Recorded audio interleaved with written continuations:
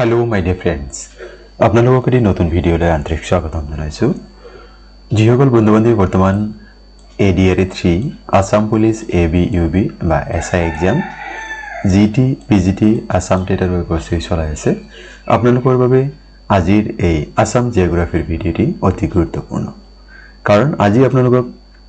ইয়াতে কেইটামান অতি দৰকাৰী প্ৰশ্ন আলোচনাৰ লগতে আমি প্ৰশ্নসমূহ কিদৰে পঢ়িব লাগে বা তাৰ তথ্যসমূহ সংগ্ৰহ কৰিব লাগে তাৰ বিষয়ে আপোনালোকক এটি ধাৰণা আগবঢ়াম। মৰমৰ বন্ধু-বান্ধৱীসকল, আপোনালোকে সম্পূৰ্ণকৈ ভিডিঅ' চালে নিশ্চয়কৈ ইয়াৰ দ্বাৰা যথেষ্ট উপকৃত হ'ব। মৰমৰ বন্ধু-বান্ধৱীসকল, আপোনালোকে চাই আছে আপোনালোকৰ মৰমৰ ইউটিউব চেনেল নুৰুল আলম নাজু। আহকচোন বাৰু আজিৰ প্ৰশ্নোত্তৰসমূহ বিতংকৈ জানি লওঁ। প্ৰথম প্ৰশ্ন দি আছে, which national park in Assam is a world heritage site declared by the UNESCO? অসমৰ কোনটো ৰাষ্ট্ৰীয় উদ্যান ইউনেস্কোৰ দ্বাৰা ঘোষিত এটি বিশ্ব ঐতিহ্য ক্ষেত্ৰ? ইয়াত বিকল্প হিচাপে দি আছে Dibru-Saikhowa national park, Kaziranga national park, Orang national park, Raimona national park. ইয়াত চাওক, এই বিকল্প চাৰিটাৰ ভিতৰত শুদ্ধ উত্তৰটো হৈছে কাজিৰঙা নেশ্যনেল পাৰ্ক হৈছে ইউনেস্কোৰ দ্বাৰা স্বীকৃতিপ্ৰাপ্ত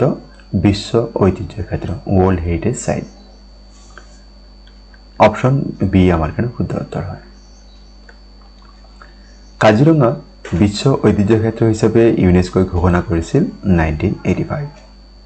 এতিয়া মনতে প্ৰশ্ন হ'ব পাৰে যে অসমত বিশ্ব ঐতিহ্য ক্ষেত্ৰৰ তালিকাত কি আছে?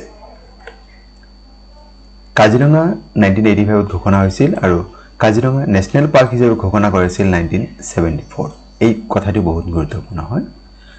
1985 চনত 1985ত কাজিৰঙা নেশ্যনেল পাৰ্ক আৰু মানস নেশ্যনেল পাৰ্ক এই দুইটাকে বিশ্ব ঐতিহ্য ক্ষেত্ৰ হিচাপে ঘোষণা কৰা হৈছিল। আৰু কোনটো কেটেগৰীত ঘোষণা কৰা হৈছিল? Natural category. আৰু মানস নেশ্যনেল পাৰ্ক 1990 চনৰ 7 ছেপ্টেম্বৰ তাৰিখে ইয়াক নেশ্যনেল পাৰ্ক হিচাপে ঘোষণা কৰা হৈছিল। অসমত বৰ্তমান 3টা বিশ্ব ঐতিহ্য ক্ষেত্ৰ আছে, মানে আজিৰ তাৰিখ মানে 2026 চনৰ 11। 3 নম্বৰ বিশ্ব ঐতিহ্য ক্ষেত্ৰ হৈছে চৰাইদেউৰ মৈদামসমূহ 2024 চনৰ 26 জুলাই তাৰিখে বিশ্ব ঐতিহ্য ক্ষেত্ৰ হিচাপে ঘোষণা কৰা হয়, কিন্তু ইয়াক কালচাৰেল প্ৰপাৰ্টি হিচাপেহে ইয়াক ঘোষণা কৰা হৈছে। Kaziranga national park, Manas national park হৈছে নেচাৰেল কেটেগৰী আৰু চৰাইদেউৰ মৈদামসমূহ হৈছে কালচাৰেল কেটেগৰী। আৰু ই হৈছে প্ৰথম উত্তৰ পূৰ্বাঞ্চলৰ প্ৰথমটি কালচাৰেল কেটেগৰীত বিশ্ব ঐতিহ্য ক্ষেত্ৰ পোৱা প্ৰথমটি ৱৰ্ল্ড হেৰিটেজ সাইট হয়। এতিয়া আপোনাৰ মনত প্ৰশ্ন হোৱাটো স্বাভাৱিক যে অসমত যদি 3টা বিশ্ব ঐতিহ্য ক্ষেত্ৰ আছে, ভাৰতৰ প্ৰথম বিশ্ব ঐতিহ্য ক্ষেত্ৰ কোনটো আছিল বা কোন চনত ঘোষণা হৈছিল, বা এই বিশ্ব ঐতিহ্য ক্ষেত্ৰ ঘোষণা কৰা ইউনেস্কো ইয়াৰ অফিচ ক'ত, মানে ইয়াৰ মুখ্য কাৰ্যালয় ক'ত আছে বা ইয়াৰ সম্পূৰ্ণ ৰূপ কি, আমি তাকে জানি লওঁ। বৰ্তমান ভাৰতত 45টা বিশ্ব ঐতিহ্য ক্ষেত্ৰ আছে। শেহতীয়াভাৱে ancient Buddhist site of Sarnath, উত্তৰ প্ৰদেশৰ সাৰনাথত থকা এনচিয়েণ্ট বুদ্ধিষ্ট সাইটসমূহ বিশ্ব ঐতিহ্য ক্ষেত্ৰৰ তালিকাত অন্তৰ্ভুক্ত কৰা হৈছে। আৰু এই সাৰনাথ, য'ৰ পৰা ভগৱান বুদ্ধই তেওঁৰ প্ৰথমটি ধৰ্মৰ বাণী প্ৰচাৰ কৰিছিল। ভাৰতৰ প্ৰথম বিশ্ব ঐতিহ্য ক্ষেত্ৰৰ তালিকাত ঘোষণা কৰা ঠাই আছিল 4টা। প্ৰথমবাৰ 1983ত ঘোষণা কৰা হৈছিল। সেই 4টা স্থান কি আছিল? Ajanta caves, Ellora caves, Agra fort আৰু তাজমহল। এই 4টাক প্ৰথমতে ঘোষণা কৰিছিল 1983। আৰু 2026 চনত আমি গম পালোঁ সাৰনাথক বিশ্ব ঐতিহ্য ক্ষেত্ৰ হিচাপে ঘোষণা কৰা হৈছে। বিশ্ব ঐতিহ্য ক্ষেত্ৰৰ তালিকাটি ঘোষণা কৰে ইউনেস্কোই, আৰু এই ইউনেস্কো গঠন হৈছিল 1945ত। ইয়াৰ মুখ্য কাৰ্যালয় আছে ফ্ৰান্সৰ ৰাজধানী চহৰ পেৰিছত। আৰু ইউনেস্কোৰ সম্পূৰ্ণ ৰূপ হৈছে United nations educational, scientific and cultural organisation. এতিয়া চাওক, এই 3টা পৃষ্ঠাত মই 3টা শ্লাইডত বহুতখিনি তথ্য আপোনাৰ সৈতে শ্বেয়াৰ কৰিলোঁ। গতিকে ইয়াৰ পৰা যেতিয়া আপুনি যিকোনো বিষয়ে আপুনি তথ্যসমূহ সংগ্ৰহ কৰি আছে, পঢ়ি আছে, লাগিলে সেয়া ইণ্টাৰনেটতে হওক বা আপুনি কোনোবা কিতাপৰ পৰা আপুনি সংগ্ৰহ কৰিব যিমানখিনি পাৰে তাৰ ৰিলেটেড ইনফৰমেশ্যনখিনি এনেকৈ সংগ্ৰহ কৰিলে আপুনি যিকোনো কম্পিটিটিভ এক্সাম অতি সহজে পাছ কৰি যাব আৰু প্ৰশ্নসমূহ আপোনালোকে লিখি পঢ়িব তেতিয়া মানে এই মোবাইলত পঢ়াতকৈ কাৰণ মোবাইল আমাক ডিস্ট্ৰাক্ট কৰিব পাৰে ই আমাক অন্যফালে লৈ যাব পাৰে গতিকে আপোনালোকে যিখিনি তথ্য কালেক্ট কৰিছে আপোনালোকে সাবজেক্ট ওয়াইজ বেলেগ বেলেগ কপি বনাই ল'ব আৰু সেইখিনি নোট ডাউন কৰি ল'ব ঠিক আছে বাৰু পৰৱৰ্তী প্ৰশ্নলৈ আগবাঢ়িছো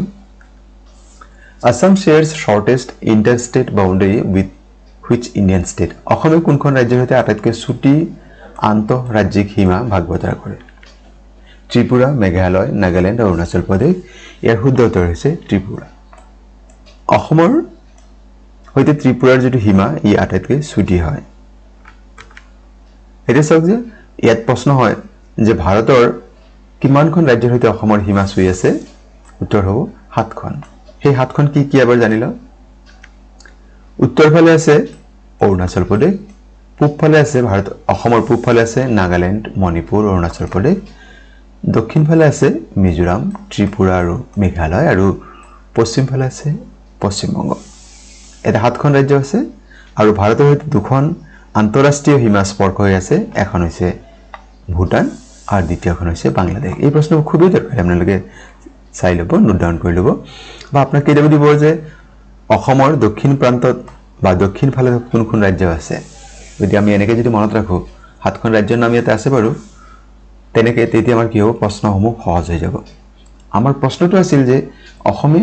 ভাৰতৰ কোন ৰাজ্যৰ সৈতে আটাইতকৈ কম সীমা স্পৰ্শ কৰে ইয়াত চাওক অসমে আটাইতকৈ বেছি সীমা স্পৰ্শ কৰে মেঘালয়ৰ সৈতে 884.9 কিলোমিটাৰ আৰু ত্ৰিপুৰাৰ সৈতে মাত্ৰ শেয়াৰ কৰে 46.3 কিলোমিটাৰ গতিকে আমি এই দুটা জানিলে বেছি দৰকাৰী হয় মেঘালয়ৰ সৈতে কিমান আটাইতকৈ বেছি কাৰ সৈতে আছে মেঘালয় আৰু আটাইতকৈ কম কাৰ আছে Tripura The Tipaimukh Dam is to be constructed over which river? কোনখন নদীৰ ওপৰত টিপাইমুখ নদীবান্ধ নিৰ্মাণ কৰা হ'ব মানে প্ৰস্তাৱিত যেটো টিপাইমুখ নদীবান্ধ প্ৰকল্প আছে কোন নদীৰ ওপৰত নিৰ্মাণ কৰা হ'ব সোৱণশিৰি ব্ৰহ্মপুত্ৰ বৰাক আৰু জিয়া ভৰালি শুদ্ধ উত্তৰ হৈছে বৰাক নদীৰ ওপৰত টিপাইমুখ ডেম বা টিপাইমুখ নদীবান্ধ নিৰ্মাণ কৰা হ'ব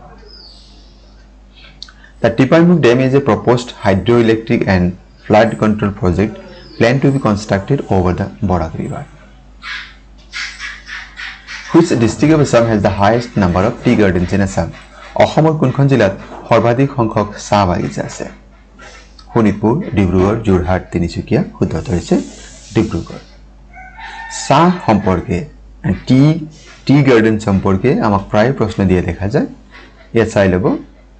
ডিব্ৰুগড় কি বুলি জনা যায় টি সিটি অফ ইণ্ডিয়া আকৌ যদি কোৱা হয় T capital of the world বিশ্বৰ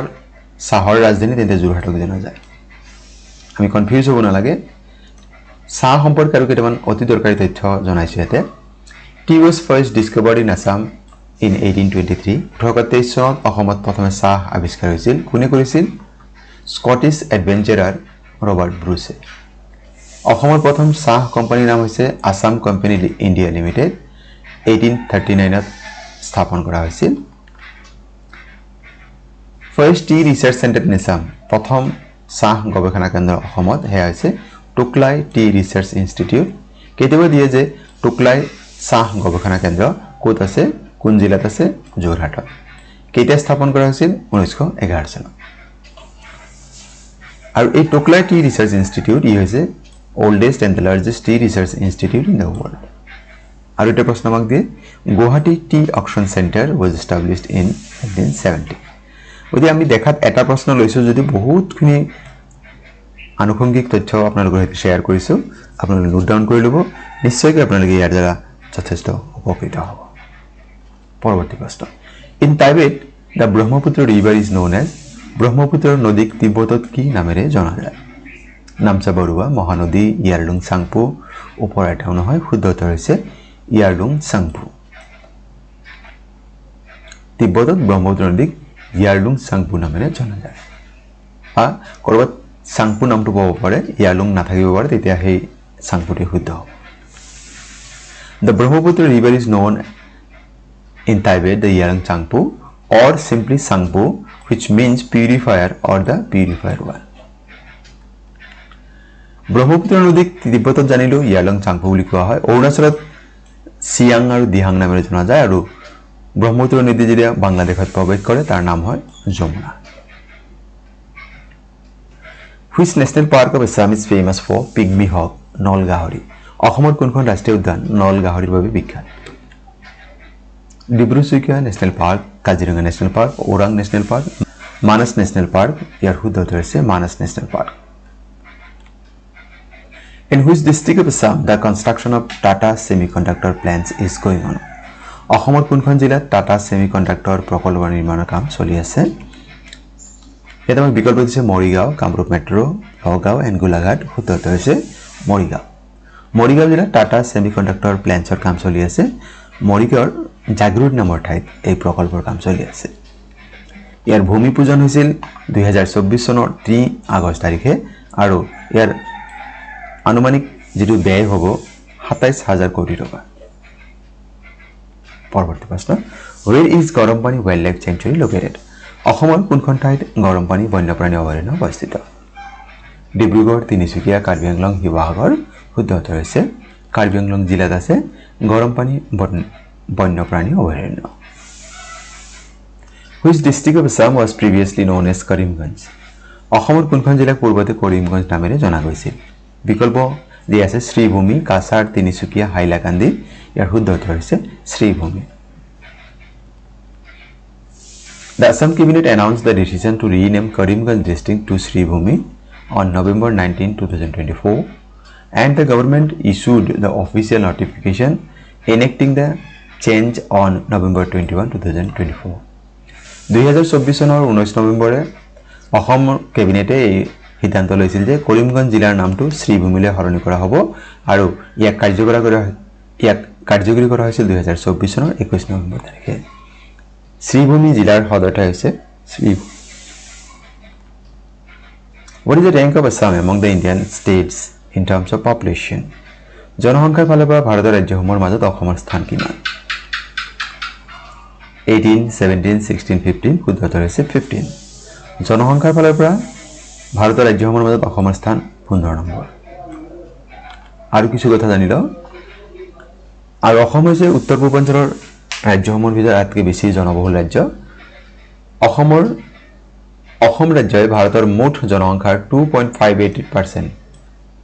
পপুলেশ্যন ইণ্ডিয়াত আছে আৰু যদি কওঁ মাটিকালিৰ ফালৰ পৰা অসম ভাৰতৰ 16 নম্বৰ ডাঙৰ ৰাজ্য অসমৰ মাটিকালি হৈছে 78,438 স্কয়াৰ কিলোমিটাৰ আৰু 2011 চনৰ লোকপিয়ল মতে অসমৰ জনসংখ্যাৰ ঘনত্ব হৈছে প্ৰতি 1 বৰ্গ কিলোমিটাৰ 398 পাৰ্চেন্ট আৰু ভাৰতৰ সৰ্বভাৰতীয় পৰ্যায়ত এই জনসংখ্যাৰ ঘনত্ব হৈছে 382% পাৰ স্কয়াৰ কিলোমিটাৰ বন্ধুসকল আজিৰ বিষয়বস্তু ইমানেই আছিল আপোনালোকে কমেন্ট যোগে জনাব পৰৱৰ্তী ভিডিঅটো কোনটো বিষয়ত হোৱাটো বিচাৰিছে আপোনালোকে এডিআৰই বা আসাম পুলিচ এক্সামৰ বাবে অতি সোনকালে আপোনালোকৰ কাৰেন্ট এফেয়াৰ্ছৰ ভিডিঅটো আগবঢ়াম আপোনালোকে কমেন্ট কৰিব বা আপোনালোকে ভিডিঅসমূহ আপোনালোকৰ বন্ধুৰ সৈতে শ্বেয়াৰ কৰিব কিয়নো আপোনালোকৰ পৰা লাভ কৰা এটা কমেন্ট এটি লাইকে আমাক পৰৱৰ্তী ভিডিঅসমূহ যুগুত কৰাত বাৰুকৈ উৎসাহিত কৰে আপোনালোকে ভিডিঅসমূহ যদি প্ৰথমবাৰৰ বাবে আমাৰ চেনেল চাই আছে আমাৰ চেনেলৰ বিষয়বস্তু ইয়াৰ উপস্থাপন ভাল পাইছে চেনেলটি সাবস্ক্ৰাইব কৰিবলৈ আশা থাকিলে ভিডিঅসমূহ লাইক কমেন্ট শ্বেয়াৰ কৰিব আৰু আজিৰ ভিডিঅ সম্পূৰ্ণ কৰি চাবৰ আপোনালোকক জনাইছো অশেষ ধন্যবাদ